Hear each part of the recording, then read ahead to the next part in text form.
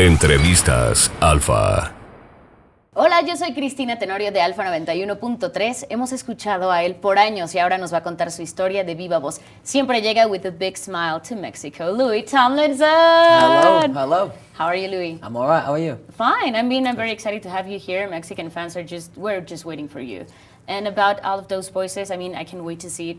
You grew up surrounded by cameras and in the spotlight, but when was the moment that you decided, Louis, that you wanted to share and show your story with the world?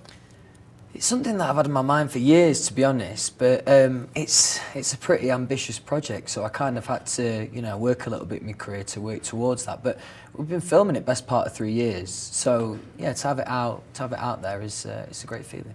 And Louis, why choosing Charlie as the eye of this documentary? Well, we worked together on a couple of music videos, and if you're going to make a film like this, you really need to trust the person behind the camera, which I do with Charlie. So it made the whole process really easy. Okay, and it was very hard because there was a lot of footage, but what was the most challenging for you in the process of all of those voices? Maybe more in hindsight. When I watched the film back, I realised, there really is a lot of honesty and kind of vulnerability. So I didn't really feel it at the moment, but after watching it back, I'm kind of proud of how honest we've been, definitely. And that first time where you were like, okay, sit down, Louis, you're gonna watch it. Which scene was the one to you that brought you the chills of emotion?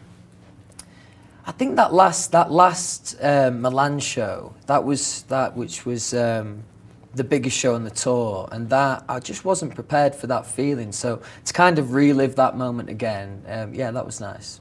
And looking back at all of this, you with your family and all, if you could bring anything back from the past, any lucky charm, an object or anything, to the present, what would you bring? Fucking hell, no idea. I don't know, I'm not really superstitious like that. Yeah, I don't know. No idea. Okay, and this journey of nostalgia, some people may look at it as something like sad, but how does that impact to you, nostalgia, in a good way, in your present and in your future? Well, it's nice to look back. Especially like when I'm thinking about One Direction times and stuff like that. That was a nice part of the film and nice for me to kind of, again, relive those moments. I look back with a lot of fondness, definitely. And Mexico, has been in your story for a lot of years. Why choosing Mexico as one of the 3 cities to premiere it? It's one of my favourite places in the world. Honestly, I love it. Every time I come here, I just feel so much love from everyone. The shows are on a different level here, definitely. So just an important part of my journey. So I thought, it made sense to have a premiere here. Okay, and when we watch the trailer, to me there are 2 words that I remind that it's ownership and pride. We talked that in our last interview.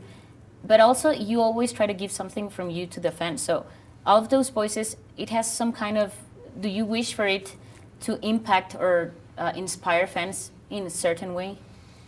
I hope so. That'd be amazing, definitely. The relationship I've got with the fans, I think, I know every artist says this, but I think it's pretty special. So, I hope so. Okay, Louis, do you have a final message to your Mexican fans?